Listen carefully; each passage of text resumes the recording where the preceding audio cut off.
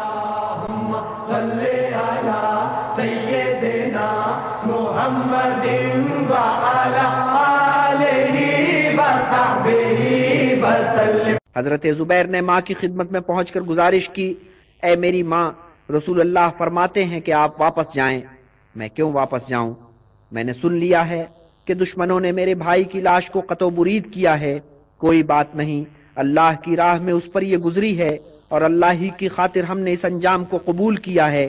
میں وعدہ کرتی ہوں کہ خدا نے چاہا تو میں صبر کا دامن ہاتھ سے نہیں چھوڑوں گی۔ حضرت زبیر نے واپس آ کر حضرت کو بتایا کہ بی بی صفیہ نے آپ کی بات کا کیا جواب دیا۔ تب آپ نے فرمایا، اچھا، ان کی مرضی پر چھوڑ دو۔ اور بی بی صفیہ نے بھائی کی لاش پر جا کر اس پر نظر کی، کہا انا للہ و انا الیہ راجعون، بھائی کی مغفرت کے لیے دعا کی۔ پھر وہ اپنی بہن امیمہ کے بیٹے عبداللہ ابن جہش کی لاش پر گئیں اور بھانجے کی مغفرت کی دعا کی۔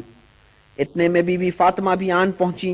بی بی صفیہ اور بی بی فاطمہ نے مل کر اپنے شہیدوں کے لیے گریہ کیا۔ انہیں روتا دیکھ کر حضرت بھی روئے اور اس گریے کے بعد حضرت کو ایک تسکین ہو گئی۔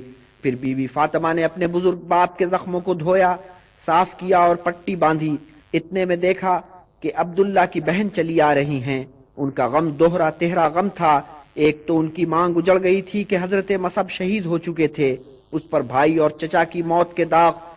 حضرت نے ہدایت کی کہ سب شہداء کے لاشیں اٹھا کر حضرت حمزہ کے لاشے کے برابر رکھ دیے جائیں اور قبریں کھودی جائیں۔ حضرت حمزہ کے جسم اطہر کو ایک لبادے میں لپیٹا گیا۔ حضرت نے نماز جنازہ پڑھائی، پھر آپ نے باری باری ہر شہید کی نماز جنازہ پڑھائی، کل ملا کر 72 نمازیں پڑھائیں۔ جب سب دفن ہو چکے تب حضرت نے اپنا گھوڑا طلب کیا، اس پر سوار ہوئے۔ آج صبح سویرے جس راہ آئے تھے اس راہ واپس ہونے لگے۔ جب میدان احد سے آگے نکل آئے تب آپ نے رفقا کو ہدایت کی کہ صف باندھ کر کھڑے ہو جائیں۔ سب رفقا مکہ کی طرف منہ کر کے ایک صف میں کھڑے ہو گئے۔ ان کے پیچھے عورتوں کی صف تھی کہ تعداد میں کل 14 تھیں۔ تب آپ نے حمد باری تعالیٰ کی اور دعا مانگی کہ اے پاک پروردگار، میں تجھ سے تیری رحمت کا، تیرے رحم کا، تیرے کرم کا، تیری رضا کا طلبگار ہوں۔ اے میرے رب، میں تجھ سے اس آسودگی کا طلبگار ہوں جو جاویداں ہے اور جس کو زوال نہیں ہے۔ اور اے میرے مولا، میں تیری پناہ کا طالب ہوں اس دن کے لیے جس دن خوف کا ڈیرا ہو، اور فراوانی کا طالب ہوں اس دن کے لیے جب ناداری کا عالم ہو۔ سورج غروب ہو رہا تھا، مدینے کی گلیوں میں سائے لمبے ہو رہے تھے۔ لشکر اسلام شہر میں داخل ہوا اور سیدھا مسجد میں پہنچا۔ مغرب کی نماز ادا کی۔ نماز مغرب کے بعد حضرت نے آرام کیا اور نیند ایسی گہری آئی کہ نماز عشاء کے لیے بلال کی آواز بھی انہیں نہ جگا سکی۔ دیر بعد اپنے طور پر جاگے اور گھر ہی میں نماز ادا کی۔ انصار میں سے مختلف اصحاب نے رات بھر مسجد کے در پر بیٹھ کر پہرا دیا، اور صبح جب نماز ہو چکی تو حضرت نے حضرت بلال سے ارشاد فرمایا کہ اے بلال، اعلان کرو کہ دشمن کا تعاقب کیا جائے گا، مگر میرے ہمراہ صرف وہ لوگ جائیں گے جنہوں نے کل کی لڑائی میں حصہ لیا تھا۔ ادھر حضرت بلال بآواز بلند یہ اعلان کر رہے تھے اور ادھر میدان جنگ سے پلٹنے والے اپنے زخموں کی مرہم پٹی کر رہے تھے۔ ایسے تو کم ہی تھے جو زخمی نہیں ہوئے تھے، زیادہ وہ لوگ تھے جنہیں کاری زخم آئے تھے۔ مگر یہ اعلان سنتے ہی وہ اپنی ساری تکلیف بھول گئے، جلدی جلدی کمریں کس کر کھڑے ہو گئے۔ لشکر اسلام دشمن کے تعاقب میں روانہ ہوا۔ مدینہ سے 8 میل نکل کر اس نے پہلا پڑاؤ کیا۔ یہاں سے تھوڑے ہی فاصلے پر رواحہ کے مقام پر دشمن کے لشکر نے پڑاؤ ڈالا ہوا تھا۔ حضرت کو جب یہ پتا چلا تو آپ نے رفیقوں کو ہدایت کی کہ ایک جگہ اکٹھے مت ہو، پھیل جاؤ اور جتنا ایندھن جمع کر سکتے ہو جمع کرو۔ ہر غازی اپنے لیے ایندھن کی ڈھیری الگ لگائے۔ اس ہدایت کے مطابق رفقا نے سورج کے غروب ہوتے ہوتے 500 الاؤ تیار کر لیے تھے۔ جب رات ہوئی تو یہ الاؤ روشن کیے گئے۔ جب ابو سفیان اور اس کے لشکریوں نے دور سے یہ دیکھا کہ الاؤ روشن ہیں، انہیں یہ گمان ہوا کہ کوئی بہت بڑا لشکر پڑاؤ ڈالے پڑا ہے۔ اس سے ان پر ہیبت چھا گئی۔ ابھی تھوڑی دیر پہلے تک جو سورما مدینے پر دھاوا بولنے پر اصرار کر رہے تھے، اب وہ زور دینے لگے کہ کہ مکہ کے لیے جلدی کوچ کرنا چاہیے، اور واقعی پھر انہوں نے جلدی جلدی اپنا سامان اٹھایا اور مکہ کی سمت کوچ شروع کر دیا، مگر ابو سفیان نے چلتے چلتے چند ناقہ سواروں کے ذریعے کہ مدینہ کی طرف جا رہے تھے حضرت کو پیغام بھجوایا کہ ہم پھر آئیں گے اور تمہیں نیست و نابود کر دیں گے۔ حضرت نے اس نواح میں 3 دن پڑاؤ کیا، چوتھے دن شاد کام واپس آئے۔ آپ کے اس جرأت مندانہ اقدام سے احد کی شکست کی کسی قدر تلافی ضرور ہوئی، مگر یہودیوں اور منافقوں کی طرف سے طعن و تشنیع کا جو سلسلہ شروع ہوا تھا وہ جاری رہا۔ خیر 2-2.5 مہینے تک امن و امان رہا، مگر امن کے دن تھوڑے تھے۔ خبر ملی کہ بنی اسد مدینے پر دھاوا بولنے کی تیاریاں کر رہے ہیں۔ اگرچہ بنی اسد کے کتنے لوگ مسلمان ہو چکے تھے، مگر اس نجدی قبیلے کے زیادہ لوگ ابھی تک اہل قریش کی رفاقت کا دم بھرتے تھے۔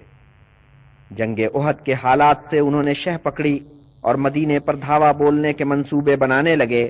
حضرت نے طے کیا کہ اس مرحلے پر طاقت کے مظاہرے کی ضرورت ہے، سو آپ نے 150 مسلح آدمی ابو سلمہ کی قیادت میں وسطی صحرا کے شمال کی سمت روانہ کیے، اس ہدایت کے ساتھ کہ ان کی چھاؤنی پر اچانک جا پڑو۔ مہم کامیاب رہی، خونریزی برائے نام ہوئی، بدو پسپا ہوئے، مسلمان بھاری مال غنیمت کے ساتھ واپس آئے۔ مہم کا مقصد یہ بتانا تھا کہ جنگ احد سے مسلمانوں کی طاقت گھٹی نہیں ہے، اور یہ مقصد پورا ہو گیا۔ مگر انہی دنوں حملے کے ایک اور منصوبے کا پتہ چلا کہ فتنے کی جڑ ایک شخص خالد حضلی ہے۔ آپ نے حضرت عبداللہ ابن انیس کو اس شخص سے نمٹنے کے لیے روانہ کیا۔ عبداللہ ابن انیس نے وہاں جا کر اس شخص کا کام تمام کیا اور بخیر و عافیت واپس آئے۔ اب مدینہ پر حملے کے سارے منصوبے خاک میں مل گئے، مگر حضلی قبیلے والے اپنے آدمی کا انتقام لینے پر تلے ہوئے تھے۔ انتقام کا موقع ان کے لیے اس طرح فراہم ہوا کہ 6 مسلمان مکہ کے نواح میں آباد ایک بستی کی سمت اس غرض سے روانہ ہوئے کہ وہاں نئے نئے مسلمان ہونے والوں کی مذہبی تربیت کی جائے۔ رجی کے مقام پر حضلی قبیلے والوں نے انہیں جا لیا۔ 3 مسلمان شہید ہوئے، 3 مسلمانوں کو اسیر بنا لیا گیا۔ اس میں عاصم اوسی بھی تھے جو قید سے بھاگ نکلنے کی کوشش میں شہید ہو گئے۔ انہوں نے جنگ احد میں قریش کے 2 علمبرداروں کا کام تمام کیا تھا، اور ان علمبرداروں کی ماں نے قسم کھائی تھی کہ میں عاصم کی کھوپڑی کا پیالہ بنا کر اس میں شراب پیوں گی۔ حضلی قبیلے کے لوگوں نے یہ کہا کہ کھوپڑی اس عورت کو قیمتاً دے دی جائے، مگر ہوا یہ کہ مکھیوں کا ایک دل ایک سمت سے نمودار ہوا اور لاش کے ارد گرد بھنبھنانے لگا۔ پورے دن یہی صورت رہی، سو دشمن اس لاش تک نہیں پہنچ سکے۔ رات کو ایک سیلاب آیا اور لاش کو بہا کر لے گیا، سو اس عورت کی قسم پوری نہ ہو سکی۔ دوسرے 2 اسیر خبیب اوسی اور زید خزرجی تھے، انہیں اہل قریش کے ہاتھ بیچ دیا گیا۔ ان کے خریداروں نے انہیں طرح طرح کی اذیتیں دیں اور کہا کہ اسلام سے منحرف ہو جاؤ تو ہم تمہیں رہا کر دیں گے، مگر دونوں میں سے ایک نے بھی یہ شرط منظور نہ کی۔ انہوں نے بس ایک خواہش کی کہ قتل ہونے سے پہلے انہیں نماز پڑھنے کی مہلت دی جائے۔ یہ مہلت انہیں بہرحال مل گئی، اس کے بعد انہیں شہید کر دیا گیا۔ حضرت زید کے سامنے بھی یہ شرط رکھی گئی کہ اسلام سے توبہ کر لو تو تمہاری جان بخشی ہو سکتی ہے۔ انہوں نے بھی یہ شرط منظور نہیں کی اور انہیں بھی شہید کر دیا گیا۔ حضرت ابو عبیدہ کی بیوہ زینب بنت خزیمہ قبیلہ بنی عامر سے تعلق رکھتی تھیں۔ اس قبیلے کا بوڑھا سردار ابو برہ حضرت کی خدمت میں حاضر ہوا۔ جب حضرت نے اسے قبول اسلام کی دعوت دی تو اس نے آپ سے یہ گزارش کی کہ آپ اپنے چند اصحاب کو ہمارے قبیلے میں بھیجیے کہ وہ قبیلے والوں کو اسلامی تعلیمات سے روشناس کرائیں۔ اس نے یہ ضمانت دی کہ ان اصحاب کی پوری طرح حفاظت کی جائے گی۔ حضرت نے 40 اصحاب کو منذر ابن عمر خزرجی کی قیادت میں اس نیک کام کے لیے روانہ کیا، مگر ابو برہ کی سرداری کو اس کے بھتیجے نے تسلیم نہیں کیا تھا۔ اس نے چچا کی ضد میں ایک مسلمان کو کہ پہلے پہنچنے والوں میں سے تھا قتل کر ڈالا۔ اہل قبیلہ کو اکسایا کہ ان سب مہمانوں کو جو تبلیغ اسلام کے لیے آئے ہیں قتل کر ڈالو۔ جب قبیلے والوں نے اس کا کہنا نہ مانا تو اس نے بنی سلیم سے امداد چاہی۔ اس قبیلے نے فوراً کمک بھیجی۔ اس گروہ نے مسلمانوں پر بے خبری میں حملہ کیا اور 2 کے سوا سب کو شہید کر ڈالا۔ 2 مسلمان اپنے اونٹوں کو چرانے بستی سے باہر گئے ہوئے تھے، واپس آ کر انہوں نے اپنے رفقا کو خون میں لت پت دیکھا تو ان کی غیرت نے جوش مارا، وہ مخالفوں پر ٹوٹ پڑے۔ مخالفوں نے بالآخر انہیں گھیرے میں لے کر گرفتار کر لیا۔ ان میں ایک حارث تھے، جب ان سے پوچھا گیا کہ کیا چاہتے ہو تو انہوں نے کہا کہ مجھے منذر ابن عمر کی لاش پر لے چلو اور مجھے ہتھیار دو کہ میں تم سے مقابلہ کرنا چاہتا ہوں۔ دونوں شرطیں منظور کی گئیں۔ حارث بنی سلیم کے رسالے کے 2 افراد کو پہلے قتل کر چکے تھے، 2 کو اب موت کے گھاٹ اتارا، لڑتے رہے حتیٰ کہ شہید ہو گئے۔ دوسرے مسلمان عمر کو انہوں نے رہا کر دیا۔ بنی سلیم کے ان لوگوں نے مسلمانوں کو شہید تو کر دیا، مگر اس کا ان پر عجب اثر ہوا۔ وہ ان مسلمانوں کی سچائی کے اور اسلام کی حقانیت کے قائل ہوتے چلے گئے۔ عمر کو انہوں نے یہ کہہ کر رہا کیا کہ بھائی ہم تو بنی عامر کے بھرے میں آ کر اس فعل کے مرتکب ہوئے، اور عمر نے جاتے جاتے بنی عامر کے 2 آدمیوں کو موت کے گھاٹ اتار دیا۔ مگر قسمت کی بات وہ دونوں وہ تھے جو ابو برہ کے وفاداروں میں شامل تھے اور مسلمانوں کی حفاظت کے قائل تھے۔ حضرت کو جب یہ معلوم ہوا تو آپ نے طے کیا کہ ان کا خوں بہا ادا ہونا چاہیے۔ سوال یہ پیدا ہوا کہ خوں بہا کے معاملے میں بیچ میں کسے ڈالا جائے۔ تب دھیان بنی نذیر کا آیا کہ اس یہودی قبیلے کا بنی عامر سے دوستی کا معاہدہ چلا آتا تھا۔ حضرت اپنے برگزیدہ اصحاب کو ہمراہ لے کر ان کے پاس پہنچے اور مدعا بیان کیا۔ یہودیوں نے خوں بہا کے سلسلے میں واسطہ بننا منظور کیا اور حضرت کی بہت مدارات کی، گزارش کی کہ چندے قیام کیجئے اور ہمارے ساتھ کھانا کھائیے۔ حضرت نے ان کی دعوت قبول کر لی۔ اسی دوران میں چند یہودی وہاں سے چپکے سے سرک گئے، ان میں ان کا ایک سردار حی بھی تھا۔ بہانہ انہوں نے یہ بنایا کہ وہ دعوت کا انتظام کرنے جا رہے ہیں، مگر نیت کچھ اور تھی۔ تب جبریل امین نازل ہوئے اور حضرت سے کہا کہ یہودی آپ کو قتل کرنے کی سازش کر رہے ہیں، آپ فوراً مدینہ لوٹ جائیے۔ حضرت نے غیبی اشارے کو جانا اور اٹھ کھڑے ہوئے، خاموشی سے وہاں سے نکل گئے۔ میزبانوں کی مت ماری گئی، ان کی سمجھ میں نہ آیا کہ حضرت کس مقصد سے وہاں سے اٹھے ہیں۔ ساتھ میں آنے والے اصحاب بھی آپ کے ارادے کو نہ سمجھ پائے۔ دیر تک جب حضرت واپس نہ آئے تو اصحاب نے میزبانوں سے رخصت لی اور مدینہ کی طرف چلے۔ مدینہ واپس آنے کے بعد اصحاب حضرت کی خدمت میں پہنچے۔ تب حضرت نے ان سے احوال واقعی بیان کیا۔ اسی گھڑی محمد ابن مسلم کو بنی نذیر کی طرف بھیجا اور اس واسطے سے انہیں خبردار کیا کہ چونکہ تم نے مجھے قتل کرنے کی سازش کی سو تم معاہدہ شکنی کے مرتکب ہوئے، سو اب تمہیں چاہیے کہ 10 دن کے اندر اندر اس علاقے سے نکل جاؤ۔ 10 دن کے بعد تم میں سے جو شخص یہاں نظر آئے گا اس کا سر قلم کر دیا جائے گا۔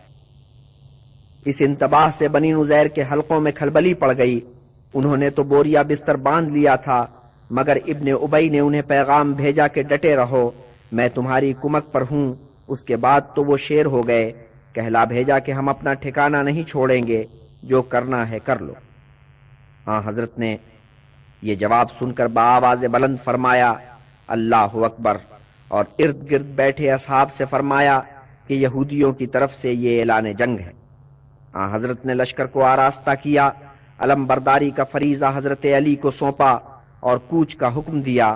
عصر کی نماز آپ نے یہودیوں کے علاقے میں پہنچ کر ایک احاطے میں جسے وہ خالی کر گئے تھے ادا کی۔ نماز کے بعد آپ نے دشمن کے قلعوں کی طرف پیش قدمی کی۔ قلعوں کی فصیلوں پر تیر انداز اور فلاخن انداز تعینات تھے، ساتھ میں انہوں نے بڑے بڑے پتھر بھی رکھ چھوڑے تھے کہ اگر حملہ آور دیواروں تک آ جائیں تو ان پر یہ پتھر لڑکا دیے جائیں۔ دونوں طرف سے تیر چلنے شروع ہوئے، شام پڑے تک تیر چلتے رہے۔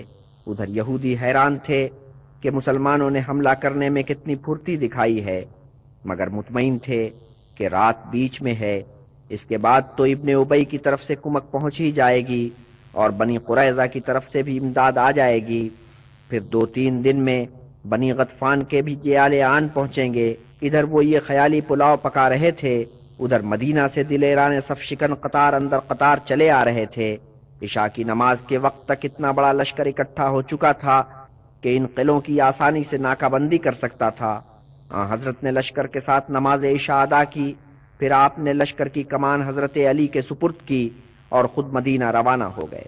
رات آپ نے مدینہ میں جا کر بسر کی، صبح سویرے پھر تشریف لے آئے۔ بنی نذیر نے کمک کا کس بے چینی سے انتظار کیا، دن گزرتے گئے اور کمک نہیں آئی۔ ابن ابی اب پھر کنی کاٹ گیا۔ بنی غطفان نے چپ سادھ لی۔ بنی قریظہ نے صاف صاف کہہ دیا کہ ہم نے رسول خدا سے جو معاہدہ کیا ہے اسے توڑنے سے معذور ہیں۔ اس سے یہودیوں کے حوصلے پست ہو گئے۔ ادھر حضرت نے 10-12 دن تک انتظار کیا کہ یہودی راہ پر آ جائیں۔ جب وہ راہ پر نہ آئے تو آپ نے فصیلوں کے ارد گرد کھجور کے درختوں کو کاٹنے کا حکم جاری کیا۔ اس سے یہودیوں میں کھلبلی پڑ گئی۔ یہ درخت ان کی آمدنی کا بہت بڑا ذریعہ تھے۔ ابھی چند ہی درخت کٹے تھے کہ یہودیوں نے گھٹنے ٹیک دیے۔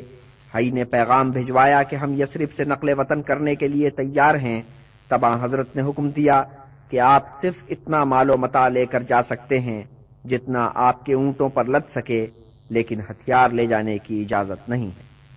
حی کو یہ شرط ماننے میں تامل تھا، لیکن اب اس کے قبیلے والے اس کی بات ماننے پر تیار نہیں تھے، سو اس نے طوعاً و کرہن تجویز منظور کی۔ یہودیوں کا قافلہ اپنے قلعوں سے برآمد ہوا اور مدینہ سے ہوتا ہوا گزرا۔ اونٹوں کی ایک لمبی قطار مدینہ کی آباد گلیوں سے گزر رہی تھی اور ہر اونٹ قیمتی ساز و سامان سے لدا پھدا تھا۔ ان کی پشت پر شاندار ہودے آراستہ تھے، ہودوں کے پردے اٹھے ہوئے تھے اور یہودی عورتیں زرق برق پوشاکوں میں ملبوس ہیرے جواہرات سے جڑے زیورات پہنے وہاں سے گزر رہی تھیں۔ یہ سن 626 عیسوی کے ابتدائی ایام تھے۔ بی بی فاطمہ کے ایک چاند سا بیٹا پیدا ہوا۔ حضرت نے پہلے نواسے کا نام حسن رکھا تھا، اس ننھے نواسے کا نام حسین رکھا۔ بدر میں دوسری مارکہ آرائی کا وقت قریب آتا جا رہا تھا۔ میدان احد سے رخصت ہوتے ہوئے ابو سفیان نے چیلنج کیا تھا کہ اگلے برس بدر میں ملاقات ہوگی، اور حضرت نے اس چیلنج کو قبول کیا تھا۔ سو اب وہ وقت قریب آن پہنچا تھا، لیکن اسی برس ایسا ہوا کہ بارش کی ایک بوند نہ پڑی۔ ابو سفیان نے سوچا کہ راہ میں گھوڑوں اور اونٹوں کو کہیں چارہ میسر نہیں آئے گا، ان کی ضرورت کے مطابق سارا چارہ لے کر چلنا پڑے گا۔ ادھر قریش کے ذخیروں کی حالت ابتر تھی۔ ابو سفیان نے سوچا کہ کوئی ایسی ترکیب کرنی چاہیے کہ رسول اللہ بدر کے لیے روانہ ہی نہ ہوں، اس طرح بات رہ جائے گی، ورنہ قریش کی بہت کرکری ہوگی۔ ایک شخص نام کہ بنی اشجع میں سے تھا طے کیا کہ اگر تو مدینہ جا کر رسول اللہ کو کسی طرح باتوں میں لا کر بدر کی طرف کوچ کرنے سے روک دے تو میں تجھے 20 اونٹ انعام دوں گا۔ نام نے یہ پیشکش قبول کی، مدینہ پہنچا اور مہاجر و انصار کے حلقوں میں الگ اور منافقوں اور یہودیوں کے حلقوں میں الگ چرچا کیا کہ اہل مکہ نے اب کے زبردست تیاری کی ہے، اگر مارکا پڑا تو مسلمانوں میں سے ایک آدمی بھی نہیں بچے گا۔ اس پروپیگنڈے نے بہت اثر کیا۔ بہت سے مسلمان یہ سوچتے اور کہتے نظر آئے کہ بدر کی سمت کوچ کرنے سے احتراز کیا جائے۔ حضرت نے یہ رنگ دیکھا تو اصحاب سے مشورہ کیا۔ حضرت ابو بکر اور حضرت عمر کوچ کے حق میں تھے۔ کہا کہ اللہ اپنے دین کی حفاظت کرے گا، اور حضرت نے فرمایا میں ضرور جاؤں گا، بے شک اکیلا ہی جانا پڑے۔ حضرت کے اس عزم سے نام کی ساری مہم پر پانی پھر گیا۔ جو 20 اونٹ اسے ملنے تھے وہ ان سے محروم ہو گیا۔ حضرت بدر کی طرف اس شان سے روانہ ہوئے کہ 1500 غازی اونٹوں پر سوار تھے، 10 گھڑ سوار تھے۔ ان میں سے کتنوں نے اشیاء فروخت بھی ساتھ رکھ لی تھیں کہ جب ادھر جا ہی رہے ہیں تو بدر کے میلے میں کچھ خرید و فروخت بھی کر لیں گے۔ ادھر ابو سفیان نے اہل قریش سے کہا کہ چلو تھوڑی دور چل کر واپس آئے جاتے ہیں، ایک رات باہر گزاریں گے اور آ جائیں گے۔ ہم اس طرح سرخرو ہو جائیں گے کہ ہم تو مقابلے کے لیے چل پڑے تھے، مگر محمد ہی گھر سے نہ نکلے تو ہم واپس آ گئے۔ مگر حضرت بدر پہنچے اور وہاں لگے ہوئے میلے میں 8 دن گزارے۔ قریب و دور سے آئے ہوئے لوگوں نے آپ کو دیکھا، پھر دور دور یہ خبر گئی کہ اہل قریش نے مسلمانوں کو بدر میں مقابلے کے لیے للکارا، مگر مسلمان تو میدان میں پہنچے، قریش کنی کاٹ گئے، پورے عرب میں قریش کی بدنامی ہو گئی۔ ابو سفیان نے شرمندگی کو دھونے کے لیے اب زور شور سے جنگ کی تیاریاں کی۔ بدر سے واپس آئے ہوئے حضرت کو 1 مہینہ ہوا تھا کہ خبر ملی کہ بنی غطفان کے کچھ لوگ مدینہ پر دھاوا بولنے کے منصوبے باندھ رہے ہیں۔ آپ 400 غازیوں کو ہمراہ لے کر صحرائے نجد کی طرف روانہ ہوئے۔ دشمن آپ کی آمد کی خبر سن کر 9-11 ہو گیا، اور بیان کیا جابر ابن عبداللہ نے کہ واپسی میں ایک مقام پر ایسا ہوا کہ ایک صحابی نے کسی چڑیے کا ایک بچہ پکڑ لیا۔ وہ بچے کو ہاتھ میں پکڑے بیٹھے تھے کہ چڑیا اڑ کر آئی اور اس کے پاس آ کر پٹخنی کھائی اور تڑپنے لگی۔ ہم سب حیران کہ یہ معاملہ کیا ہے۔ تب حضرت نے فرمایا کہ اے رفیقو، تم اس چڑیا کو دیکھ کر حیران ہو رہے ہو، حیرانی کی اس میں کیا بات ہے؟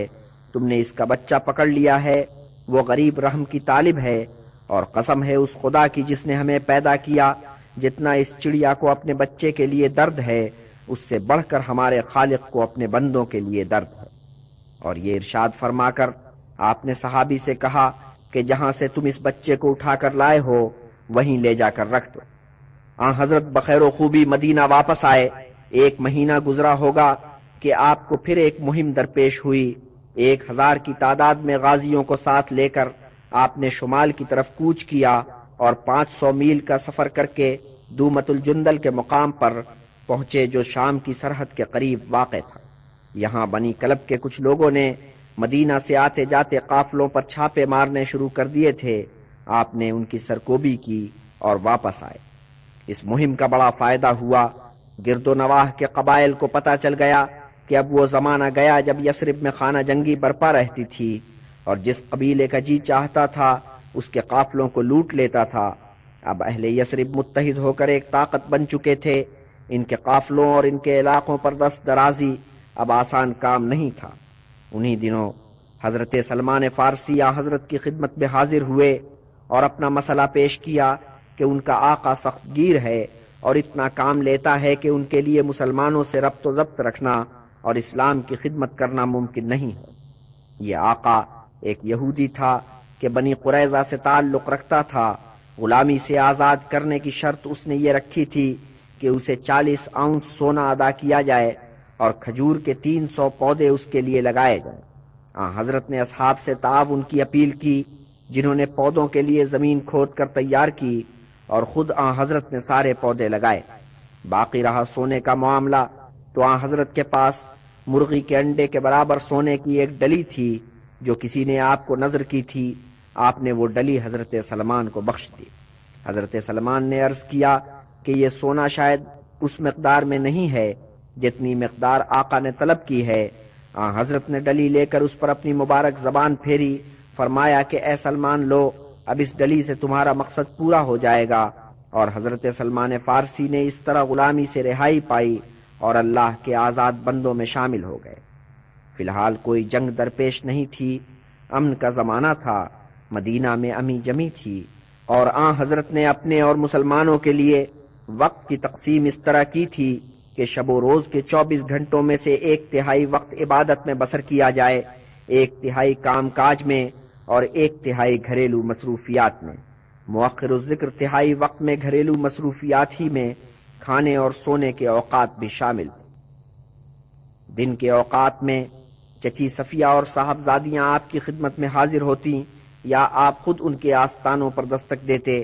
بی بی فاطمہ اپنے ننھے بیٹوں کے ساتھ حاضر خدمت ہوتی۔ حسن اس وقت 1.5 برس کے سن میں تھے، حسین ابھی 8 ماہ کے تھے۔ اب ماشاءاللہ وہ چلنے لگے تھے۔ زینب اپنی بیٹی امامہ کو لے کر حاضر خدمت ہوتی۔ یہ بچی بھی حضرت کو عزیز تھی۔ حضرت زید اور ام ایمن کے واسطے سے ان کا بیٹا اسامہ آپ کو بہت عزیز تھا۔ سحپہر کو آپ بالعموم حضرت ابو بکر کے آستانے پر جاتے اور ان سے امور مملکت پر تبادلہ خیال کرتے۔ حضرت علی، حضرت عثمان اور حضرت زید سے بھی امور مملکت کے بارے میں تبادلہ خیال ہوتا۔ بنی نذیر کے یہودی مدینہ سے نکل کر خیبر میں جا بسے تھے، مگر انہوں نے یہ بیڑا اٹھایا کہ اپنا کھویا ہوا علاقہ واپس لیں گے۔ انہوں نے اپنی توقعات قریش سے وابستہ کر رکھی تھیں۔ قریش اہل اسلام سے ایک فیصلہ کن جنگ کی تیاریاں کر رہے تھے۔ وہ 5واں سنہ ہجری تھا اور اس کے ابتدائی ایام تھے۔ خیبر سے حی اور چند دوسرے یہودی قائدین چلے اور مکہ پہنچے اور ابو سفیان سے دوستی کا معاہدہ کیا۔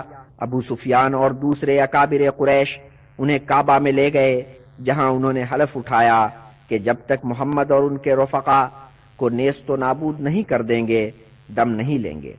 یہودیوں نے صحرائے نجد کے بدوؤں کو جنہیں مدینہ سے شکایات تھیں حضرت کے خلاف اکسایا۔ بنی اسد کو انہوں نے آسانی سے شیشے میں اتار لیا۔ بنی غطفان کو یہ لالچ دیا کہ اگر تم اس مہم میں ہمارا ساتھ دو گے تو خیبر میں کھجوروں کی جو فصل ہوتی ہے اس کا نصف تمہیں نذر کر دیں گے۔ بنی سلیم کے بہت سے آدمیوں کو بھی انہوں نے اپنی طرف کر لیا۔ ہاں بنی عامر ان کے بھرے میں نہیں آئے، انہوں نے حضرت سے جو معاہدہ کیا تھا اس پر قائم رہے۔ ادھر قریش نے اپنے حلیفوں کے تعاون سے 4000 کا لشکر اکٹھا کر لیا تھا۔ ایک دو رسالے جنوب کے علاقوں کی طرف سے بھی پہنچنے والے تھے۔ منصوبہ یہ تھا کہ یہ لشکر اسی مغربی ساحلی راستے سے مدینہ کی طرف کوچ کرے جس راستے سے احد کی جنگ کے موقع پر مدینہ پر چڑھائی کی گئی تھی۔ دوسرا لشکر مشرق کی طرف سے یعنی صحرائے نجد کی طرف سے مدینہ پر دھاوا بولے۔ یہ دونوں لشکر مل کر احد کے وقت کے لشکر سے کئی گنا بڑا لشکر بن گئے تھے۔ اس وقت قریش کا لشکر 3000 افراد پر مشتمل تھا۔ حساب یوں لگایا گیا تھا کہ جب مسلمان اس وقت 3000 کے لشکر سے شکست کھا گئے تو اب 10,000 کے لشکر کے سامنے کیسے ٹھہر سکیں گے۔ اس وقت قریش کے لشکر میں 200 گھڑ سوار تھے، اب ان کی تعداد 300 تھی اور اتنے ہی گھڑ سواروں کی کمک بنی غطفان کی طرف سے پہنچنے کی توقع تھی۔ قریش کے لشکر نے منصوبے کے عین مطابق مکہ سے کوچ شروع کیا۔ ادھر حضرت عباس کے اشارے پر بنی خزاعہ کے چند گھڑ سوار تیزی سے مدینہ کی طرف چلے۔ 4 دن کے بعد وہ منزل مقصود پر پہنچے۔ حضرت کو حملے کے منصوبے سے آگاہ کیا۔ درمیان میں بس 1 ہفتہ تھا۔ حضرت نے تمام مہاجر و انصار کو آنے والے وقت سے خبردار کیا، ان کا حوصلہ بڑھایا اور فرمایا کہ اگر تم لوگوں نے صبر و ضبط سے کام لیا اور احکام خداوندی کو بجا لاتے رہے تو فتح تمہاری ہے۔ پھر اصحاب کو جمع کیا اور ان سے مشورہ کیا۔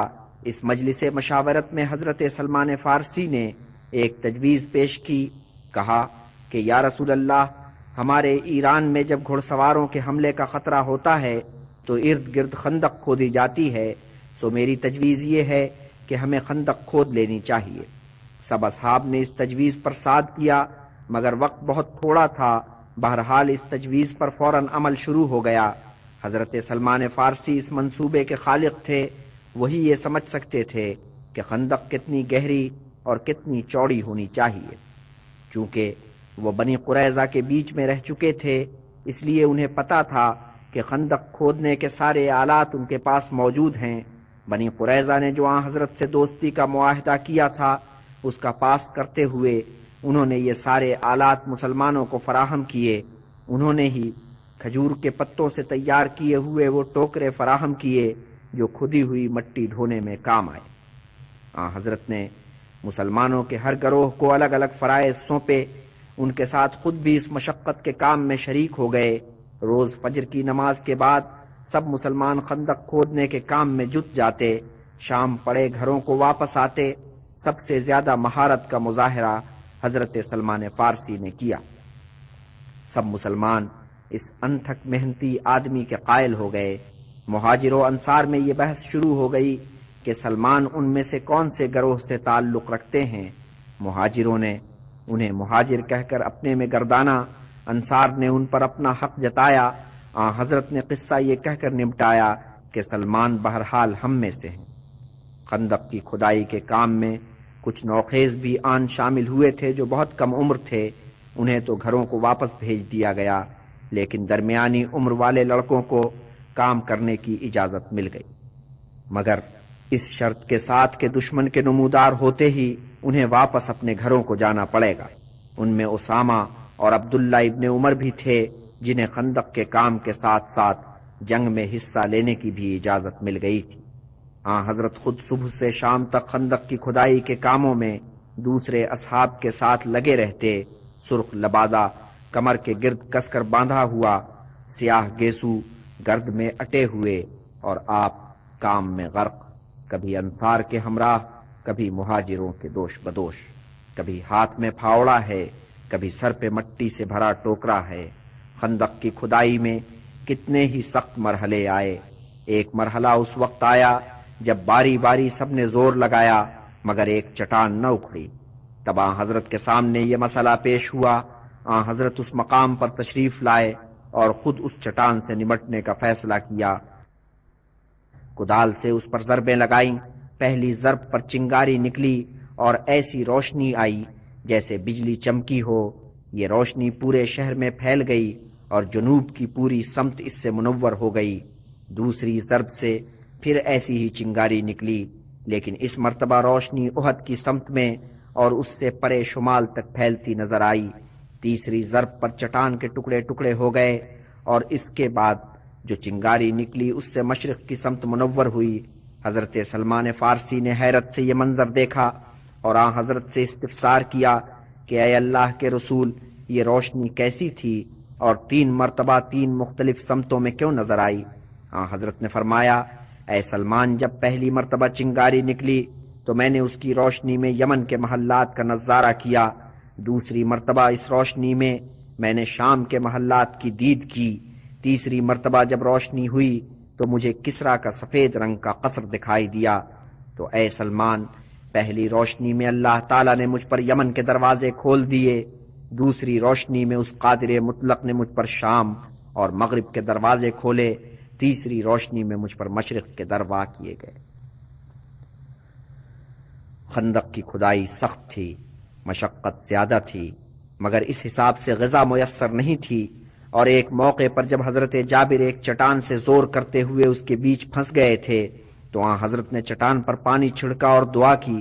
اس کا عجیب اثر ہوا کہ چٹان نرم پڑ گئی اور حضرت جابر نکل آئے، اور اس ہنگام میں حضرت جابر کی نظر حضرت کے جسم اقدس پر گئی اور انہوں نے دیکھا کہ حضرت کا جسم بہت جھٹک گیا ہے۔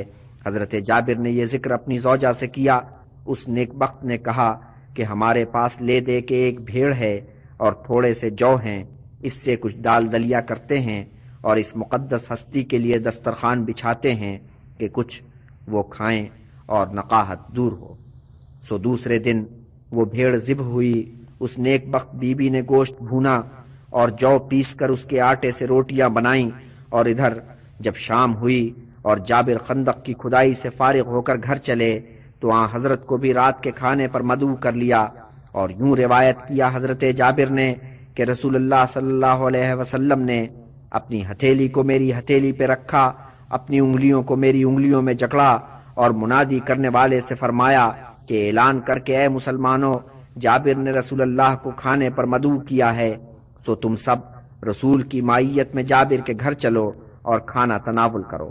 تب میں نے کہا انا للہ و انا الیہ راجعون، اور اپنی زوجہ کو جا کر بتایا کہ غضب ہو گیا، رسول اللہ تو پورے گروہ کے ساتھ تشریف لا رہے ہیں۔ اس نیک بخت نے ٹھنڈا سانس بھرا اور کہا اچھا، سب آ رہے ہیں تو شوق سے آئیں، رسول پر تو ہمارا حال روشن ہے۔ سو رسول اللہ تشریف لائے اور ان کی مائیت میں خندق کھودنے والے آئے۔ ہم نے دسترخوان بچھایا اور جتنا کچھ پکایا تھا سب چن دیا۔ حضرت نے دعا پڑھی اور اللہ کا نام لے کر کھانا شروع کیا۔ آپ کے ساتھ 10 مسلمان تھے، انہوں نے بھی کھانا شروع کیا۔ سب نے سیر ہو کر کھایا۔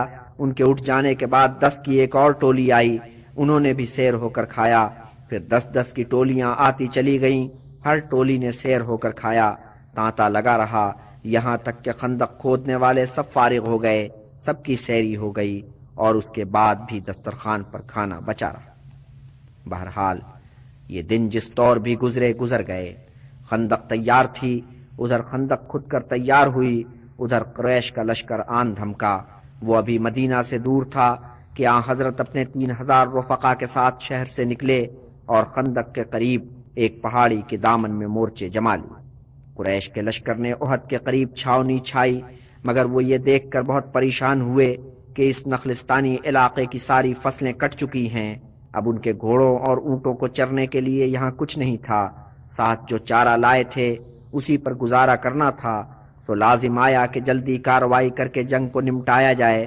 بنی غطفان اور دوسرے نجدی قبائل پر مشتمل لشکر بھی آن پہنچا تھا۔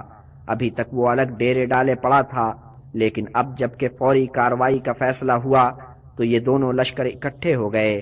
ابو سفیان سالار کارواں بنا، مگر مختلف قبیلوں کے دوسرے سردار بھی باری باری یہ فریضہ ادا کرتے تھے۔ گھڑ سواروں کی فوج پہلے کی طرح اس مرتبہ بھی خالد اور اکرما کے کمان میں تھی۔ خیر، تو یہ مشترکہ لشکر زور شور کے ساتھ مدینہ کی طرف بڑھا۔ دور سے انہوں نے دیکھا کہ لشکر اسلام کھلے میدان میں خیمہ زن ہے۔ حضرت کا سرخ رنگ کا خیمہ تو سب سے نمایاں تھا۔ دشمن کتنے خوش ہوئے۔ انہوں نے سوچا کہ اس مختصر سے لشکر کو نرغے میں لینا اور تہس نہس کرنا تو بہت آسان ہوگا، مگر جب قریب آئے تو یہ دیکھ کر حیران رہ گئے کہ بیچ میں خندق ہے اور خندق کے اس پار یہاں سے وہاں تک تیر انداز سفارہ ہیں۔ ان کے گھوڑوں کے لیے اس خندق کو پھاندنا کوئی آسان کام نہیں تھا۔ خندق نے دشمن کے سارے منصوبوں پر پانی پھیر دیا۔ اب وہ سر جوڑ کر بیٹھے اور سوچنے لگے کہ کیا کرنا چاہیے۔ سوچتے سوچتے ان کا دھیان بنی قریظہ کی طرف گیا، جن کے قلعے مدینہ میں جنوب مشرق کی سمت واقع تھے اور شہر میں داخل ہونے کی راہ کو مسدود کیے ہوئے تھے۔ سوچا گیا کہ اگر بنی قریظہ ان سے مل جائیں تو ان کے تعاون سے اس راستے سے شہر میں داخل ہوا جا سکتا ہے۔ بنی نذیر کے سردار حی ابن اخطب نے سفارتی فرائض انجام دینے کی پیشکش کی۔ اس نے ابو سفیان کو یقین دلایا کہ میں ان یہودیوں کو راہ پر لے آؤں گا۔ ابو سفیان نے فوراً اس کی پیشکش منظور کر لی۔ حی ابن اخطب تیر کی طرح چلا اور کعب ابن سعد کے قلعے پر جا کر دستک دی۔ کعب ابن سعد بنی قریظہ کا سردار تھا اور اسی نے حضرت کے ساتھ معاہدہ طے کیا تھا۔ حی نے جب اپنا نام بتایا تو کعب ابن سعد نے دروازہ کھولنے سے انکار کر دیا۔ اے کعب، خدا تجھے سمجھے مجھے اندر تو آنے دے، دفع ہو جا یہاں سے۔ تجھے معلوم ہونا چاہیے کہ محمد سے ہمارا معاہدہ ہو چکا ہے اور معاہدے میں کیا طے پایا ہے یہ میں تجھے نہیں بتاؤں گا۔ ارے کمبخت، میں تو تیرے لیے شوکت و حشمت کا مژدہ جاں فضا لے کر آیا ہوں اور تو ہے کہ مجھے راہ نہیں دے رہا۔ اس طرح حی نے کعب کو بہت لالچ دیے، بہت منت سماجت کی۔ آخر میں کہا، اچھا تجھ پر میری 2 روٹیاں بھاری ہیں، اچھا بچا لے اپنا کھانا، میں چلا۔ کعب کو یہ تانا کھا گیا۔ اس نے جھنجلا کر دروازہ کھول دیا۔ بس پھر حی نے ایسی کھٹی مٹھی باتیں کی اور کعب کو ایسے سبز باغ دکھائے کہ وہ مسلمانوں سے معاہدہ توڑنے پر بالآخر آمادہ ہو گیا۔ پھر اس نے بنی قریظہ کو اپنے ارادے سے مطلع کیا۔ پہلے تو بنی قریظہ نے ہچر مچر کی، مگر جب انہیں یہ یقین ہو گیا کہ قریش ایک لشکر جرار کے ساتھ حملہ آور ہوئے ہیں اور مسلمانوں کے پنپنے کی کوئی صورت نہیں ہے تو وہ رضامند ہو گئے۔ بنی قریظہ کی معاہدہ شکنی کی خبر سارے میں آگ کی طرح پھیل گئی۔ حضرت کو جب یہ اطلاع ملی تو فرمایا، اللہ اکبر، اے مسلمانوں حوصلہ رکھو۔ اب طرح طرح کی افواہیں اڑنی شروع ہوئیں اور تشویشناک خبریں ملنی شروع ہوئیں۔ خبر ملی کہ حی کا منصوبہ یہ ہے کہ قریش اور بنی غطفان اپنے 1,000 آدمی رات کے پردے میں بنی قریظہ کے قلعوں میں پہنچا دیں اور وہاں سے وہ مدینے کے وسط میں دھاوا بولیں اور مسلمانوں کی عورتوں اور بچوں کو اغوا کر کے لے آئیں۔ کتنی مرتبہ دن مقرر ہوا، رات کے اوقات کا تعین کیا گیا، مگر ہر مرتبہ کسی نہ کسی وجہ سے منصوبہ ملتوی ہو جاتا۔ یوں آفت کی گھڑی ٹلتی چلی گئی۔ بہرحال اب حضرت کو خندق کے مورچوں سے کچھ دستے ہٹانے پڑے۔ آپ نے حضرت زید کی کمان میں 300 گھڑ سوار دیے کہ دن اور رات کے وقت مدینہ کی گلیوں میں گشت کرو۔ خیر، خندق کے محاذ پر گھوڑوں کی تو ضرورت نہیں تھی مگر سپاہیوں کی تو ضرورت تھی۔ 300 افراد کے چلے جانے سے خندق کے محاذ پر نفری کم ہو گئی۔ اب ہر غازی کو زیادہ لمبی ڈیوٹی دینی پڑتی تھی۔ دن گزرتے جا رہے تھے اور دشمن کا دباؤ بڑھتا چلا جا رہا تھا۔ خالد اور اکرما طاق میں تھے کہ خندق کا کوئی پہرے دار ذرا غفلت برتے اور وہ اس مقام سے گھوڑے کدا کر خندق کے اس پار پہنچ جائیں۔ آخر ایک دن موقع ان کے ہاتھ آ گیا۔ اکرما نے تاڑا کہ خندق ایک مقام پر زیادہ وسیع نہیں ہے اور وہاں پہرا بھی واجبی ہے۔ اس نے بجلی کی سی تیزی کے ساتھ گھوڑے کو ایڑ دی اور خندق کے اس پار پہنچ گیا۔ اس کے پیچھے پیچھے 3 اور گھڑ سواروں نے اپنے گھوڑوں کو ایڑ دی۔ گھوڑوں نے زقن بھری اور خندق کے پار جا پہنچے، لیکن چوتھے سوار کے پہنچتے پہنچتے حضرت علی چند رفقا کو ساتھ لے کر وہاں جا پہنچے اور دوسرے آنے والوں کا راستہ روک دیا۔ اب یہ 4 سوار خندق کے اس طرف تھے جنہیں دوسری طرف سے کوئی کمک نہیں پہنچ سکتی تھی۔ ان 4 سواروں میں سے ایک عمر ابن عبد ود تھا، جس نے للکارا کہ کون ہے جو تنہا میدان میں آئے اور مجھ سے مقابلہ کرے۔ حضرت علی اس سے مقابلے کے لیے آگے بڑھے۔ عمر نے انہیں سر سے پیر تک دیکھا اور کہا، ایک چھوکرے کی جان لیتا ہوا میں کیا اچھا لگوں گا، جا اپنی راہ لے۔ مگر حضرت علی مقابلے کے لیے تلے ہوئے تھے، تب عمر ان سے مقابلے کے لیے تیار ہوا۔ چونکہ حضرت علی پیدل تھے اس لیے وہ بھی گھوڑے سے اتر آیا۔ دونوں میں مقابلہ شروع ہوا۔ اس زور کی مار کا آرائی ہوئی کہ چاروں طرف گرد اڑنے لگی۔ دونوں سورما گرد میں چھپ گئے۔ اچانک حضرت علی نے فتح کا نعرہ بلند کیا، تب پتہ چلا کہ عمرو ابن عبد ود مارا گیا۔ قریش کی یہ مہم ناکام تو ضرور ہوئی، مگر اس سے انہیں یہ پتہ چل گیا کہ خندق ناقابل عبور نہیں ہے۔ ادھر لشکر اسلام کو بھی اس کمزوری کا احساس ہو گیا۔ اب خندق پر پہرا اور سخت ہو گیا۔ دن گزرتے جا رہے تھے اور دشمن کا دباؤ بڑھتا جا رہا تھا۔ لشکر اسلام کو 24 گھنٹے مستعد رہنا پڑتا تھا۔ حضرت نے سوچا کہ اس طرح تو مسلمان تھک جائیں گے، کوئی ایسی صورت ہونی چاہیے کہ لشکر قریش کی طاقت گھٹے اور دباؤ کم ہو۔ آپ کو بروقت ایک خیال سوجھا، فوراً آپ نے اس پر عمل درآمد کیا۔ بنی غطفان کے چند سرداروں کو آپ نے خفیہ پیغام بھجوایا کہ اگر تم لوگ اس جنگ سے کنارہ کش ہو جاؤ تو ہم تمہیں مدینہ کی کھجوروں کی فصل کا 1/3 نظر کریں گے۔ یہ سردار اس پر آمادہ ہو گئے تھے، مگر بنی اوس کے اکابر اس سودے پر خوش نہیں ہوئے۔ انہوں نے پوچھا، یا رسول اللہ، آپ یہ سمجھوتا احکام خداوندی کے تحت کر رہے ہیں یا ہماری خاطر؟ عزیزو، تمہاری خاطر خدا کی قسم میں یہ سمجھوتا ہرگز نہ کرتا، مگر میں یہ دیکھ رہا ہوں کہ عرب تم پر ہر سمت سے حملہ آور ہیں۔ میں نے چاہا کہ ان کا زور کسی نہ کسی طرح کم کیا جائے۔ سعد نے کہ اس وقت زخمی تھے کہا کہ یا رسول اللہ، اس وقت جب ہم بتوں کی پرستش کرتے تھے اور خدائے بزرگ و برتر پر ایمان نہیں لائے تھے، اس وقت یہ بنی غطفان کے لوگ ہماری کھجوروں میں سے ایک کھجور بھی نہیں لے سکتے تھے۔ مہمان کے طور پر کھاتے یا تبادلے اجناس میں کچھ کھجوریں ان کے پاس پہنچ جاتی تو یہ الگ بات تھی، اور اب تو ہم مشرف و اسلام ہو چکے ہیں اور آپ ہمارے ہادی اور رہبر ہیں۔ اب ہم اپنی کھجوریں دینا کیسے گوارا کر لیں؟ خدا کی قسم، ہم انہیں اپنی کھجوریں نہیں چکھنے دیں گے، ہاں انہیں اپنی تلواروں کا مزہ چکھائیں گے۔ بنی اوس کے اس رد عمل نے اس معاہدے پر پانی پھیر دیا۔ بنی غطفان میں ہی ایک قبیلہ اشجع کا تھا جس کا سرگروہ نام تھا۔ یہ وہی شخص تھا جس سے ابو سفیان نے یہ سودا کیا تھا کہ تم مدینہ جا کر مسلمانوں کو اتنا خوفزدہ کر دو کہ وہ بدر کے دوسرے معرکے کی ہمت ہی نہ کرے۔ مدینہ کے دوران یہ شخص اسلام سے متاثر ہو گیا تھا، سو بنی غطفان کے ہمراہ وہ اس جنگ میں شامل تو ہو گیا تھا، مگر اندر سے دو دلا ہو رہا تھا۔ یہاں جب اس نے اپنے سے 3 گنا لشکر کے مقابل مسلمانوں کے صبر و استقلال کو اور ہمت و جرأت کو دیکھا تو وہ اسلام کی حقانیت کا اور مسلمانوں کی سیرت و کردار کا اور زیادہ قائل ہو گیا۔ آخر وہ گھڑی آ گئی جب بقول خود اس کے قلب میں اسلام کی شمع روشن ہوئی۔ وہ رات کے پردے میں چھپ چھپا کر شہر میں داخل ہوا اور حضرت کی خدمت میں حاضر ہوا۔ رسول اللہ نے اسے دیکھا اور پوچھا، اے نام، اپنے آنے کا سبب بیان کر۔ یا رسول اللہ، میں یہ اقرار کرنے حاضر ہوا ہوں کہ آپ حق پر ہیں، اور میں گواہی دیتا ہوں کہ آپ پیغام حق لے کر آئے ہیں۔ سو یا رسول اللہ، آپ فرمائیں کہ مجھے اب کیا کرنا ہے؟ آپ جو حکم کریں گے میں بجا لاؤں گا۔ ہاں، ابھی میرے قبیلے والوں کو میرے مسلمان ہونے کی اطلاع نہیں ہے۔ حضرت نے فرمایا کہ اے نام، کوشش کر کے دشمنوں میں تفرقہ پیدا ہو جائے۔ نام وہاں سے اٹھا اور سیدھا بنی قریظہ کے پاس پہنچا۔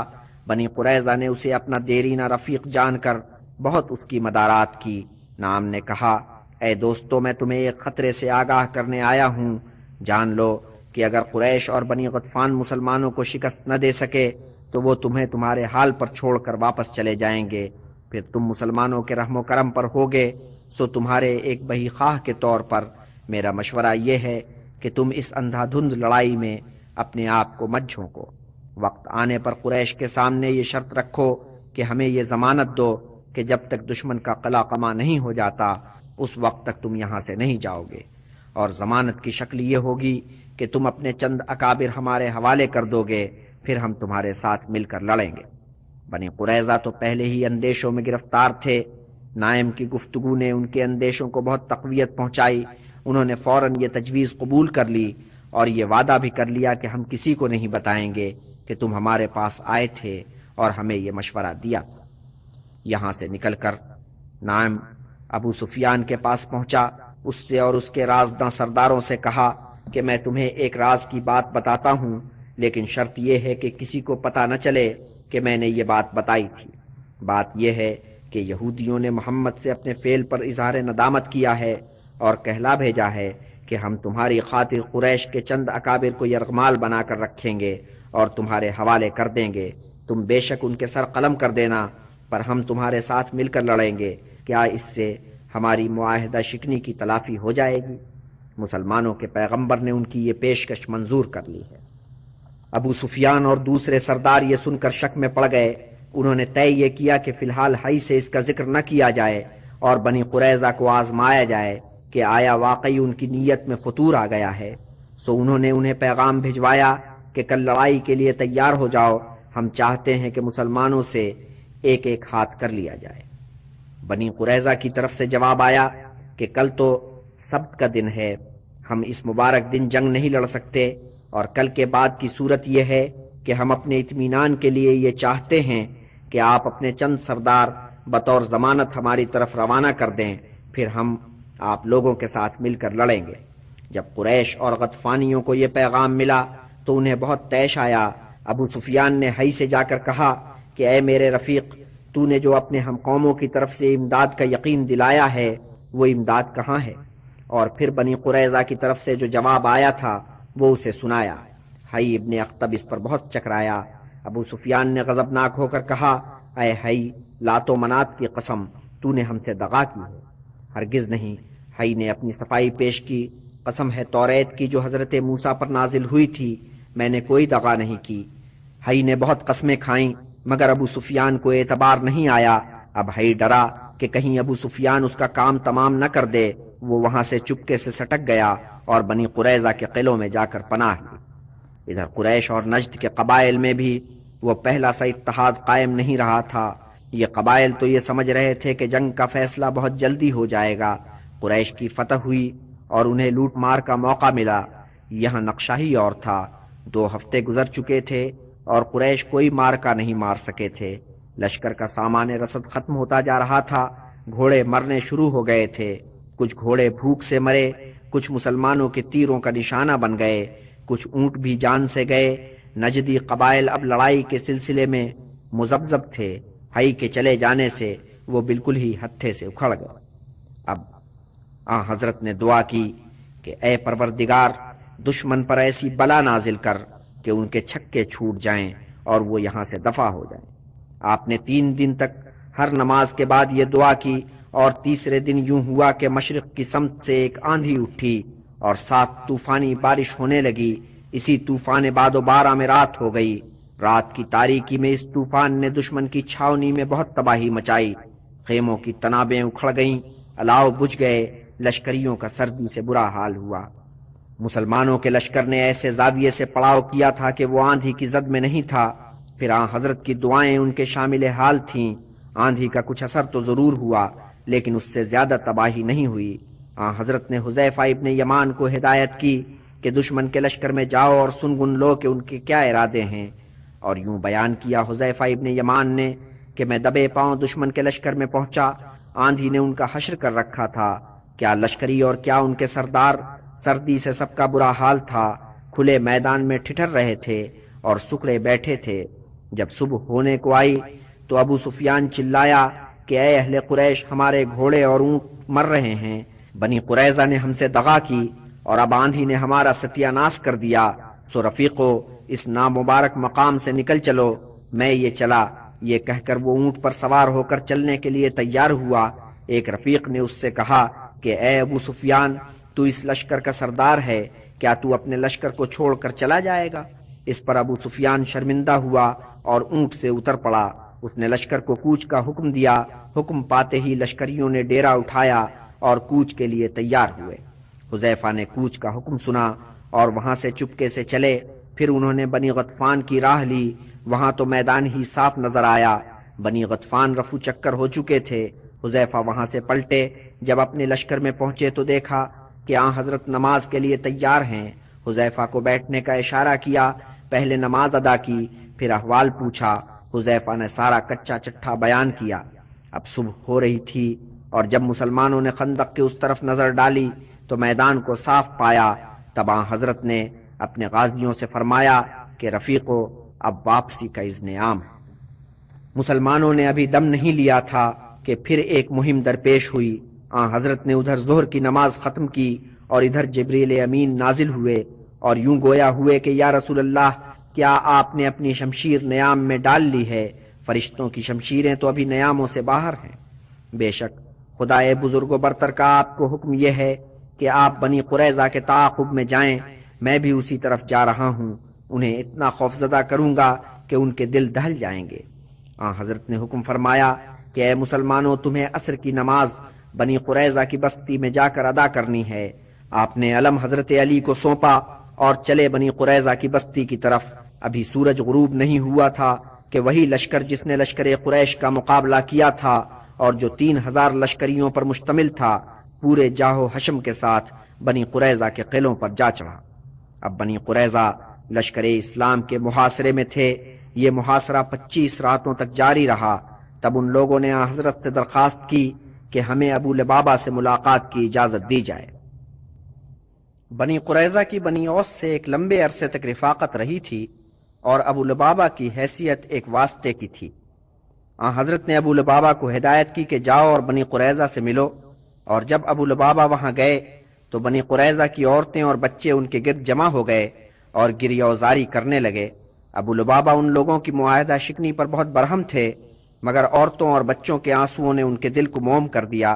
بنی قریظہ کے لوگوں نے ان سے سوال کیا کہ اے ابو لبابہ، کیا ہم محمد کے سامنے سر تسلیم خم کر دیں؟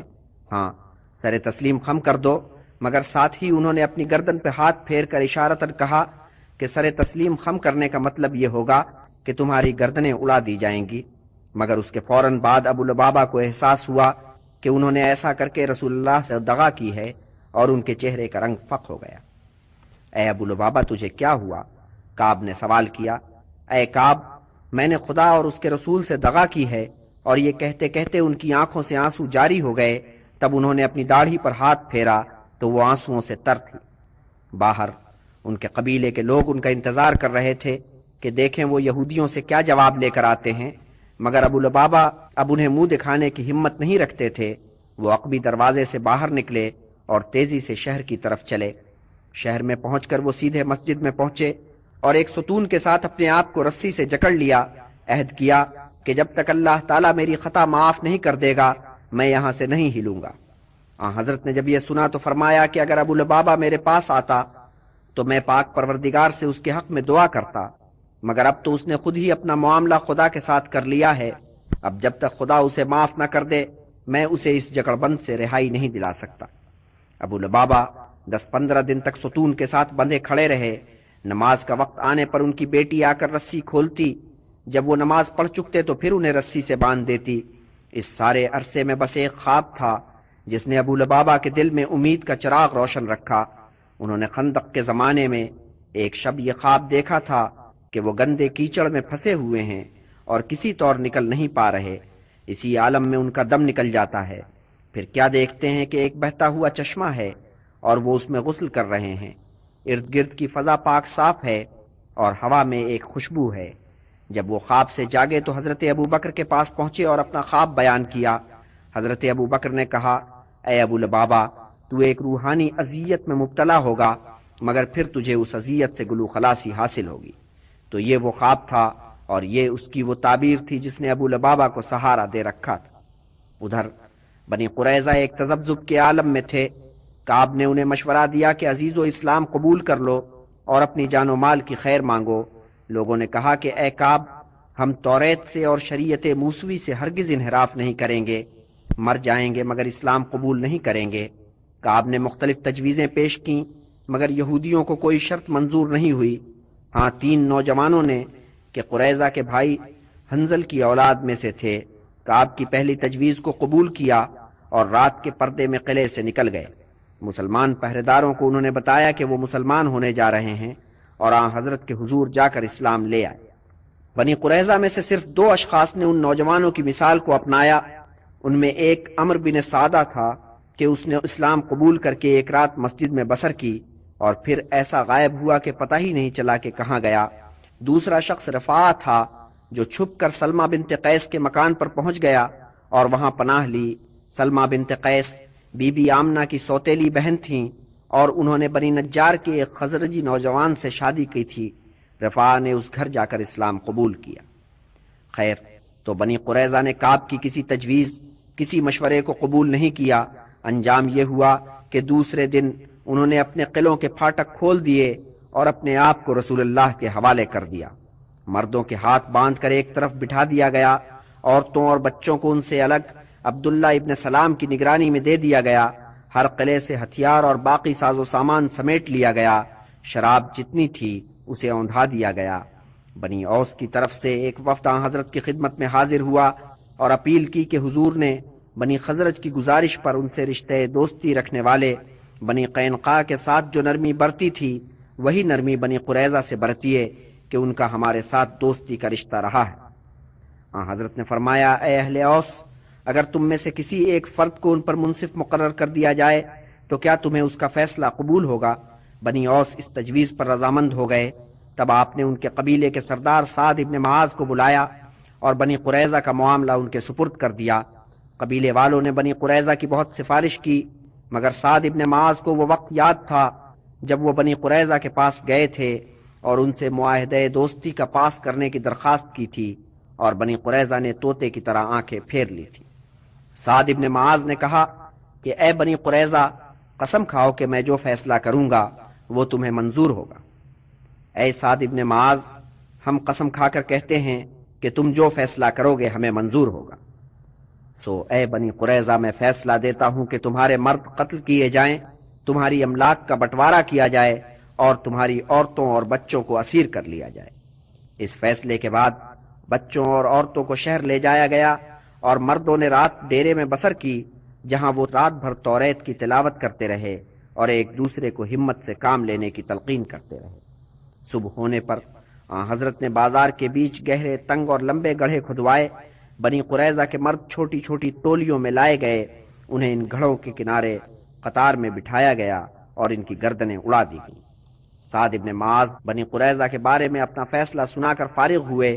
وہ بستر بیماری سے اٹھ کر آئے تھے، پھر بستر بیماری پر جا کر دراز ہوئے۔ اصل میں جنگ خندق میں وہ زخمی ہو گئے تھے، زخم کاری تھا، کسی صورت مندمل نہیں ہوا۔ مسجد میں ان کے لیے ایک خیمہ نصب کیا گیا تھا، یہاں ان کی دیکھ بھال کی جا رہی تھی۔ ان کی حالت بگڑتی ہی چلی گئی۔ ایک رات حضرت ان کی مزاج پرسی کے لیے پہنچے تو انہیں بے ہوش پایا، دیکھا کہ وہ بزرگ عالم نزع میں ہے۔ آپ نے ان کا سر اپنے زانو پر رکھا اور خدا سے دعا کی کہ ان کا دم آرام سے نکلے۔ یہ دعا کر کے حضرت وہاں سے واپس ہوئے۔ 1.5-2 گھنٹے بعد خبر ملی کہ سعد ابن معاذ اپنے اللہ کو پیارے ہو گئے، اور جاننا چاہیے کہ سعد ابن معاذ بھاری تنوتوش کے آدمی تھے، مگر جب ان کا جنازہ اٹھایا گیا اور قبر میں اتارا گیا تو وہ پھول سے زیادہ ہلکے تھے۔ اور اب ابو لبابہ کی سنیے۔ انہی دنوں کی ایک مبارک صبح کا ذکر ہے کہ حضرت بی بی ام سلمہ کے پاس تھے۔ اچانک آپ نے ارشاد فرمایا، ابو لبابہ کی خطا معاف ہو گئی۔ بی بی ام سلمہ نے پوچھا، یا رسول اللہ، اجازت ہو تو میں ابو لبابہ کو یہ خوشخبری دے آؤں۔ حضرت نے اجازت دی تو بی بی ام سلمہ نے اپنے مکان کا در جو مسجد میں کھلتا تھا کھولا اور پکار کر کہا، اے ابو لبابہ، تجھے مجدہ ہو کہ اللہ تعالیٰ نے تیری خطا معاف کر دی۔ مسجد میں موجود اصحاب نے یہ پکار سنی اور خوشی سے ابو لبابہ کی طرف لپکے رسی کھولنے لگے تھے کہ ابو لبابہ نے کہا، عزیزو، رسول اللہ صلی اللہ علیہ وسلم جب بنفس نفیس تشریف لا کر رسی کھولیں گے تب میں اس رہائی کو قبول کروں گا۔ اور حضرت نے جب نماز کے لیے مسجد میں ورود کیا تو ابو لبابہ کی رسی کھولی، پھر نماز ادا کی، اور نماز کے بعد ابو لبابہ حضرت کی خدمت میں حاضر ہوئے۔ عرض کیا کہ میں اپنی خطا کی تلافی اس طور کرنا چاہتا ہوں کہ کچھ نظر کروں، آپ کی اجازت چاہتا ہوں۔ حضرت نے اجازت دی اور ابو لبابہ نے اپنی جائیداد کا 1/3 حصہ خیرات کے لیے نظر کیا۔